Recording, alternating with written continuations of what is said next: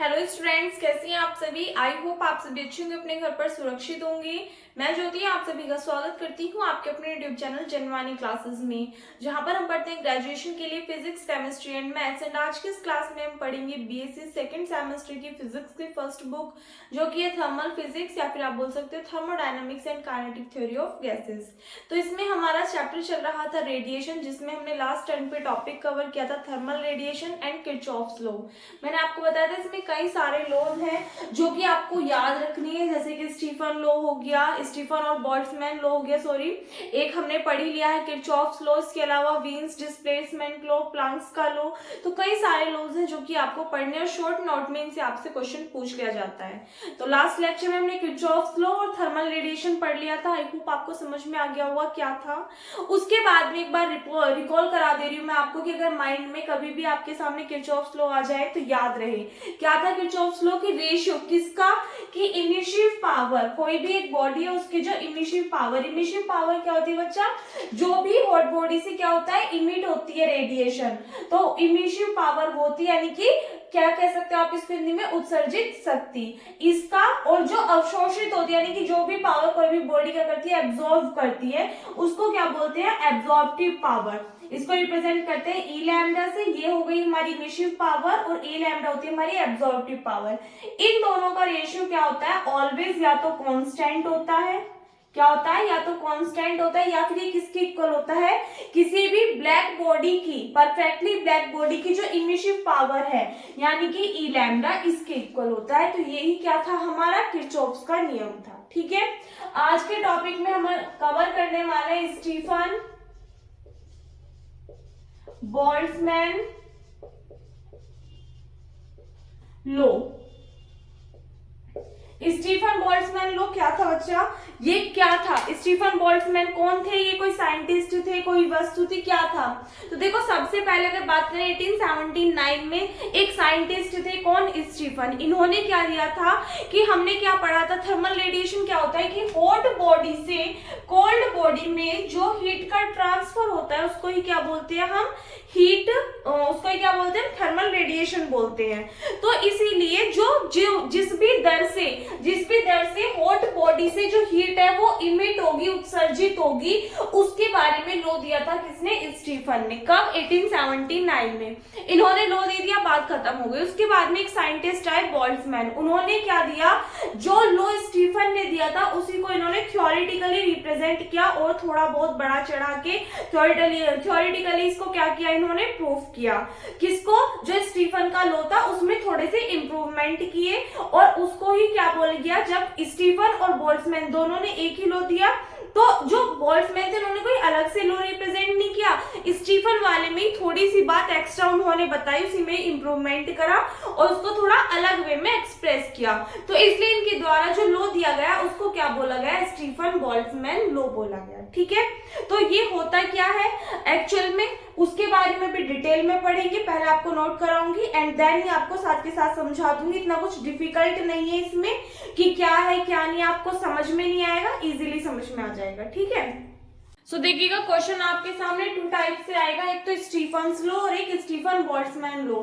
अगर आपसे पूछा जाता है कि स्टेट स्टीफन्स लॉ, तो आप यहां से लेकर के यहां तक इस वाली लाइन तक रिप्रेजेंट कर दोगे, सफिशिएंट। अगर आपसे पूछा जाता है स्टेट स्टीफन बोल्ट्जमैन लॉ, तो उस कंडीशन में आपको पूरा ही रिप्रेजेंट करना होगा। ठीक है, क्या होता है Stefan's law, it states that, ये क्या दर्शाता है कि rate of emission of radiant energy by unit area of perfectly black body directly proportional to the fourth power of its absolute temperature T, so E is equals to sigma T की power 4। मतलब क्या है, ये जो नियम है Stephen का जो नियम है, इसने क्या बताया था, क्या दर्शाता है ये, कि rate of emission of radiant energy, जो विकिरित ऊर्जा है उसकी जो उत्सर्जित दर है, यानी कि उत्सर्जन की जो दर है, यानी कि किसी भी बॉडी से कोई क्या हो रही है, मान ले कोई एक यहाँ पे हॉट बॉडी है, हॉट बॉडी से क्या होता है, कोल्ड बॉडी में ऊष्मा क्या होती है, यानी कि हीट क्या होती है, ट्रांसफर होती है।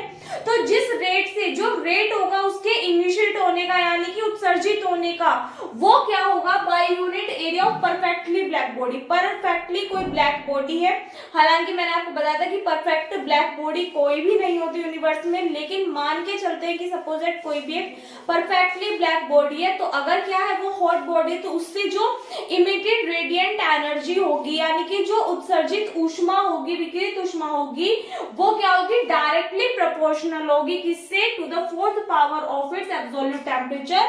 एब्सोल्यूट टेम्परेचर की फोर्थ पावर के डायरेक्टली प्रोपोर्शनल। ई क्या है यहाँ पे, जो इमिटेड रेडिएंट एनर्जी है वो ये क्या होती है, डायरेक्टली प्रोपोर्शनल होती है। यानी कि अगर जनरल लैंग्वेज में क्वेश्चन के अकॉर्डिंग बात की जाए तो इन्होंने कहा है is directly proportional to absolute temperature की पावर 4। ठीक है, अगर यहाँ से आप इस प्रोपोर्शनल का साइन हटाओगे तो इक्वल आ जाएगा, और यहाँ पे एक प्रोपोर्शनैलिटी कांस्टेंट आ जाएगा, क्या, sigma.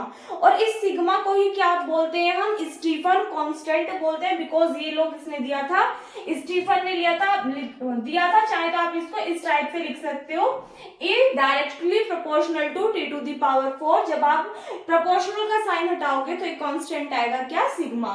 Where sigma is known to be Stefan constant, जहां पर सिग्मा को क्या बोला जाता है, Stefan constant, and its value is, और इसके जो मान होता है, इसकी जो वैल्यू होती है वो कितनी होती है, 5.67 इंटू 10⁻⁻8 दिस। ठीक है, उसके बाद में ये तो किसके लिए हो गया, स्टीफन लॉ के हो गया। अगर आपको स्टीफन बोल्ट्जमैन लॉ पूछा जाए तो उसके लिए आगे बोल्ट्जमैन ने क्या थ्योरी दी थी, कैसे एक्सप्लेन किया था स्टीफन लॉ को, वो देखिए कि if a perfectly black body at a temperature T, किसी टेम्परेचर टी पे जो परफेक्टली ब्लैक बॉडी होती है is surrounded by a black body, तो उसके चारों ओर at a temperature T nought, then amount of energy emitted, तो उस कंडीशन में जो अमाउंट ऑफ एनर्जी की जितनी मात्रा क्या होगी, उत्सर्जित होगी पर यूनिट एरिया, यानी कि प्रति इकाई क्षेत्रफल, पर यूनिट टाइम, प्रति इकाई समय, वो कितनी होगी, E1 is equals to sigma T to the power 4। Now at the same instant amount of radiant energy received by the black body, उसी टाइम पर क्या होगी, जितनी मात्रा बॉडी से क्या होगी, एनर्जी की इमिट होगी, उत्सर्जित होगी, सेम उसी टाइम पे उतनी ही मात्रा किसकी, यानी कि उतना ही हीट का अमाउंट क्या होगा उस बॉडी के द्वारा एब्जॉर्ब कर लिया जाएगा। तो जो एब्जॉर्ब किया जाएगा पर यूनिट एरिया पर यूनिट टाइम, वो किसके इक्वल होगा, E2 is equals to sigma T to the power T naught की पावर 4। समझ में आई बात, क्या है कि कोई भी एक ब्लैक बॉडी है, इससे क्या हो रहा है, किसी भी टाइम टी पर कुछ अमाउंट ऑफ हीट क्या हो रही है, इमिट हो रही है, और सेम उसी इंस्टेंट टाइम पे क्या हो रही है, कुछ एनर्जी के अंदर क्या हो रही है, एब्जॉर्ब हो रही है।